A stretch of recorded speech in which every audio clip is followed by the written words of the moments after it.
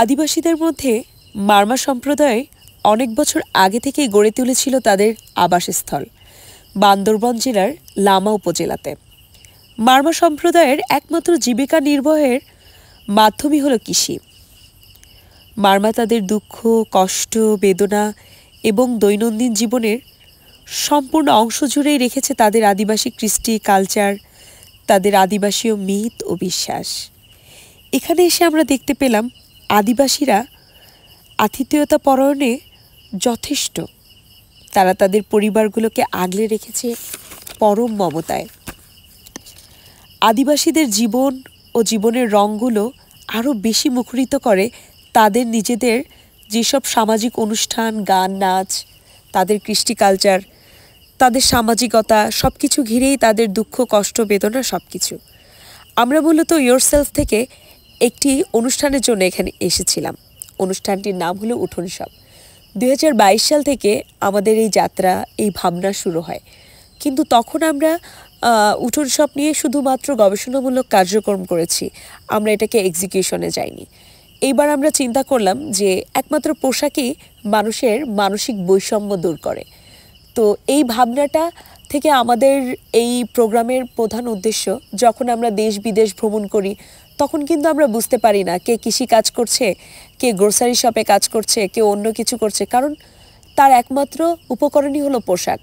পোশাক এই বৈষম্য দূর করে, আর এই পোশাকই একমাত্র আমাদের কনফিডেন্সকে আরও বেশি দূর নিয়ে যেতে পারে।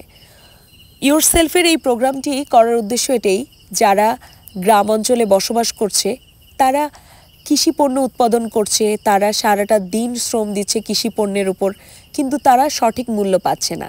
আর শহরে যারা পোশাক তৈরি করছে তারা এই কৃষি পণ্যটাই অনেক দাম দিয়ে তাদেরকে কিনে খেতে হচ্ছে, এবং তারাও যথার্থ পুষ্টিগুণ এর যে কৃষি পণ্য এটা যথার্থ তারা পাচ্ছে না। এই বৈষম্যতা দূর করতেই আমাদের এই উঠোন শপের উদ্যোগ।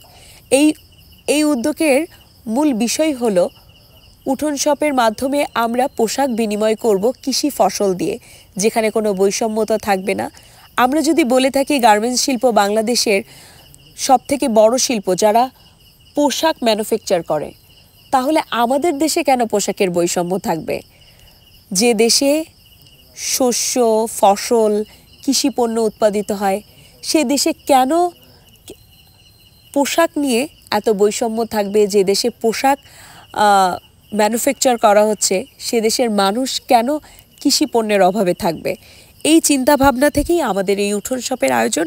তো আমরা প্রথমে কাজ শুরু করেছি বিভিন্ন আদিবাসী কমিউনিটি থেকে, কারণ এই কমিউনিটিগুলোতে যোগাযোগের ব্যবস্থা খুবই কম বললেই চলে। এদের সাথে যোগাযোগের ব্যবস্থা করাটাও খুব দুর্ভেদ্য। কিন্তু আমরা আমাদের শান্তমরিয়াম ইউনিভার্সিটির বিভিন্ন স্টুডেন্টের মাধ্যমে যারা আদিবাসী আমাদের ইউনিভার্সিটিতেই পড়ছে আমরা তাদের সাথে যোগাযোগ করেছি।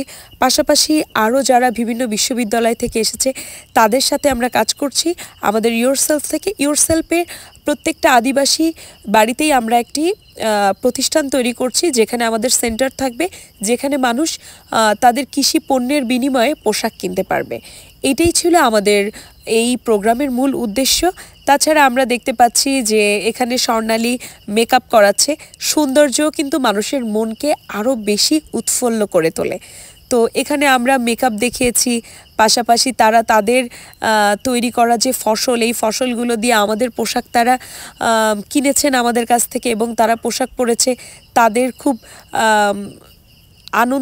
তাদের আনন্দ আমরা দেখতে পাচ্ছি এই অনুষ্ঠানের মাধ্যমে। অনেক বাচ্চারা এখানে এসেছেন, অনেক বৃদ্ধ, বয়োজ্যেষ্ঠ, অনেক নারী পুরুষ আমরা দেখতে পাচ্ছি যারা নতুন পোশাকের আনন্দটা তাদের মুখে আমরা দেখতে পাচ্ছি।